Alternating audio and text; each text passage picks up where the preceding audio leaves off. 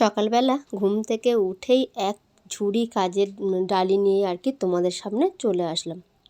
আর জানোই তো সকালে ঘুম থেকে উঠেই আমাদের কত কি কাজকর্ম আর কি সারা দিনের জন্য আর কি গোছানো থাকে।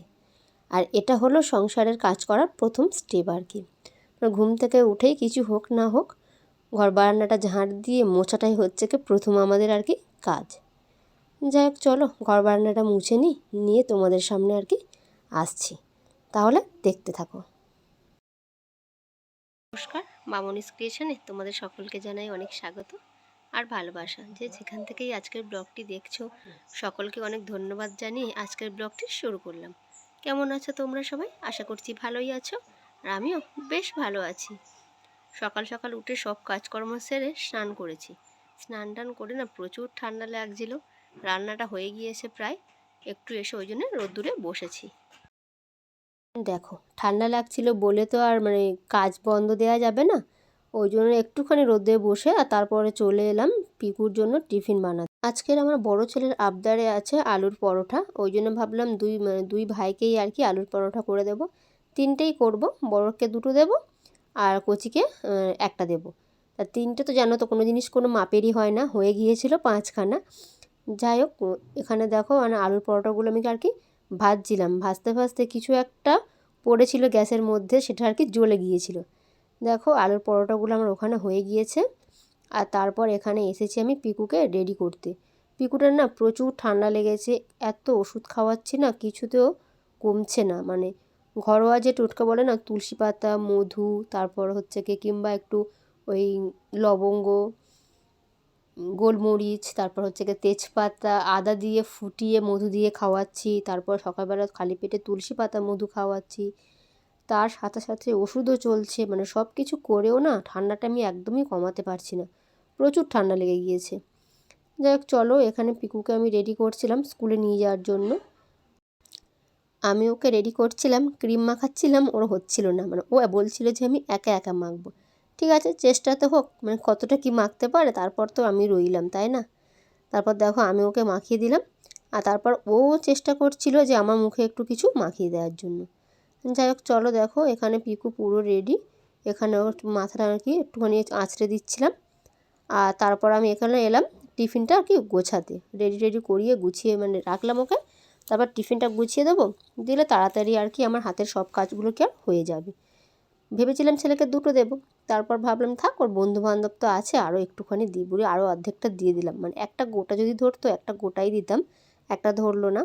আর একটু লেবু আর একটু খেজুর দিয়েছিলাম আর একটু সস দিয়েছিলাম। আর পিকুকে একটা একটু টুকরো করে দিয়েছিলাম, একটু সস দিয়েছিলাম আর একটা লাড্ডু দিয়েছিলাম। ব্যাস চলো দেখা হচ্ছে স্কুলে গিয়ে। দেখো এখানে স্কুলে এসছি, আর পিকুদের জানো তো নিচে 17 ইঞ্চি পাতা থাকে, সেটার মধ্যেই বসাই। আগের দিন 17 ইঞ্চিটা ভিজে গিয়েছিল বলে এখানে ছোট ছোট আসন দিয়েছে বসার জন্য আর কি, তার মধ্যেই বাচ্চাগুলো সব বসে আছে। আর আজকে ছিল পিকুদের আর কি স্পোর্ট। ওকে তো আমি হচ্ছে কি খেলাতে রাজি নই, কেননা তোমরা হয়তো অনেকেই জানো পিকুর পায়ে একটু ব্যথা আছে, পাটা ভেঙে গিয়েছিল তো, ওই জন্য হচ্ছে কি আমি ওকে খেলতে দিই না। তো এনেছিলাম একটুখানি রেখে, তারপর টিফিন খাওয়া হয়ে গেলে আরও আধ ঘন্টা থাকার পর তাড়াতাড়ি নিয়ে চলে যাব। ওই জন্য আমিও আজকে ওদের সাথে আর কি স্কুলে ছিলাম, পতাকা উত্তোলন হচ্ছিল সেটাই দেখলাম।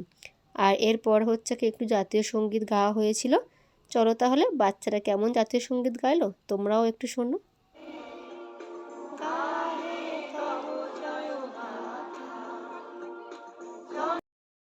দেখো জাতীয় সঙ্গীত গাওয়ার পর এটা হচ্ছে কি পিকুদের যে স্কুল আছে তপকুঞ্জ, যে প্রাইভেট স্কুল ওটা ওদের, সেটারই আর কি পতাকা, সেটাই নিয়ে একটু মাঠের চারিদিকে আর কি ঘোরানো হচ্ছিল।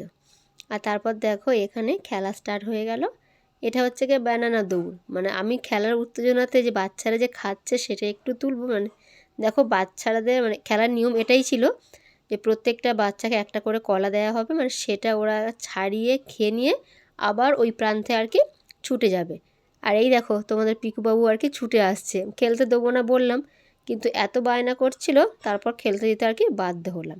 যাই হোক চলো, এখন না বেলা বাজে 3টে, বাজে ঘড়ি আর কি প্রায় 3টে বাজে। এলাম, এসে বললাম যে না দুটো খেয়েই নিই, আমার প্রচুর খিদে পেয়েছে।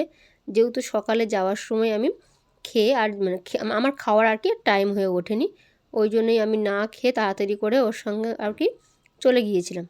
চলো তাহলে দুপুরের খাওয়া দাওয়াটা আমি সেরে ফেলি, মানে প্রচুর খিদে পেয়েছে, এভাবে আর বসে থাকতে পারছিলাম না। বললাম যে না, এসেই হাত পা মুখ টুকগুলো ধুলাম, মানে শাড়িটা আর চেঞ্জ করিনি, শাড়িটাই ওরকমই ছিল। ভাবলাম যে 3টে তো বাজে, আর 1 ঘন্টা পরে আবার সন্ধ্যে দিতে যাব, তখন একেবারে আর কি চেঞ্জ করব। ওই জন্য ভালো করে হাত পাটা ধুয়েই আর কি খেতে বসলাম। আর এখানে দেখো ছোট্ট ছোট্ট আমি মাছ নিয়েছিলাম, সেগুলোই আর কি খাচ্ছিলাম। যাই হোক, চলো তাহলে তোমরা পুরো ভিডিওটি দেখতে থাকো।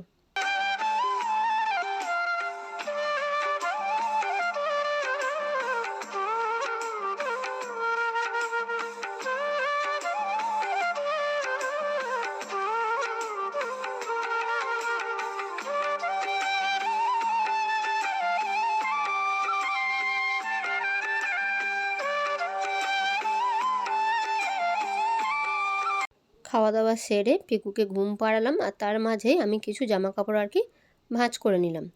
আর সন্ধ্যেবেলা একটু চা বসিয়েছিলাম, বিশেষ করে এত ঠান্ডা পড়েছে না, একটু চা না হলে সন্ধ্যেটা না ঠিক ভালো লাগে না। তাই আমার আর ছেলের জন্য 2 কাপ চা করলাম, আর পিকুর জন্য তো একটুখানি দুধ কর্নফ্লেক্স করেছিলাম, ওকে খাইয়ে দিয়েছি, দিয়ে তারপর আর কি চাটা আমি খাবো। আর এদিকে চা খেতে বসেছি, মানে সন্ধে দিলাম, দিয়ে এসেই চাটা আর কি করেছি। চা নিয়ে বসেছি আর পিকুকে একটু পড়াতে বসেছি, যে আমার চাটাও একটু খাওয়া হয়ে যাবে, আর ওর পড়াটা একটু আর কি দেখিয়ে দেবো আমি আর কি, সেই জন্য। আর তারপর তো রাতের রান্না বান্না আছে বলো, সেই জন্যই আর কি বললাম যে চাটা একটু খাই আর ওকে একটু পড়তে বসাই। ওকে আমি বলে দিচ্ছিলাম, আর ও টুকটুক করে লিখে নিচ্ছিল। আর আমি চা খাচ্ছিলাম, ও বলছিল যে মা আমার একটু চা দেবে, কিন্তু বললাম যে না থাক, তোমার চা খেতে হবে না, এমনি চাটা দিই না, আর এমনিতেও দুধ কর্নফ্লেক্স এক্ষুনি খেলো, ওই জন্য আর ওকে চাটা দিলাম না। তো আমি চা খাচ্ছিলাম, ওকে একটু বিস্কুট ভেঙে ভিজিয়ে দিলাম, আমি একটুখানি খেলাম আর ওকে একটুখানি বিস্কুট আর কি খাইয়ে দিলাম। তাহলে চলো আমি পিকুকে পড়াটা, মানে পিকুকে আর কি পড়িয়ে নিয়ে আজকের একটা দারুণ একটা খাবার বানাবো। বলো, তোমাদের দাদা তো আজকের বাড়িতে চলে এসেছে, মানে এখন বাজে প্রায় 8:30। আর বলো তো দেখি, এই খাবারটা দেখে কার কার মুখে মানে জিভে আর কি জল আসছে বলো। মানে আমি এখন ভয়েস দিচ্ছিলাম, দেখেই আমার এখনই খেতে ইচ্ছা হচ্ছিল যে আর একবার করে খেলে হয়। মানে দাদা কি মনে করে মানে ফোন করেছিল, যে বলল টক দই ঘরে আছে। আমি তো বললাম যে না টক দই নেই, আবার ভাবলাম যে এত রাত্রেবেলা টক দই নিয়ে কি হবে। তারপর দেখি না টক দইটা আনলো, এনে বললো চলো কয়েকটা ফুচকা ভাজো তো দেখি, মানে ফুচকা খাই আজকে, একটু দই ফুচকা খাওয়ার আর কি ইচ্ছে হচ্ছে। তা ঘরেতেই ছিল সব কিছু জোগাড় করা, ঠিক আছে তাহলে চলো। আর ছোলা মটর তো জানোই সবসময় আমার একটু ভেজানোই থাকে, কেন কাঁচা ছোলা মটরটা আমার বড় ছেলেটা সবসময় খায়, ওই জন্য সবসময় ভেজানো থাকে আমার, ওই জন্য কোনো সমস্যা হয় না। একটু আলু সিদ্ধ করে নিয়েছিলাম, নিয়েই আর কি ঝাল ঝাল দই মানে ঝাল ঝাল মিষ্টি মিষ্টি দই ফুচকা একদম রেডি। মানে এগুলো তো দেখেই আমার জিভে জল চলে আসছে। যাই হোক চলো, তাহলে আজকের ব্লগটা এখানেই শেষ করছি। সবাই সুস্থ থাকবে, ভালো থাকবে আর সাবধানে থাকবে। আর ব্লগটি কেমন হলো অবশ্যই কমেন্ট করে জানাবে। দেখা হবে খুব তাড়াতাড়ি আবারও একটি নতুন ব্লগের সাথে। ততক্ষণের জন্য টাটা।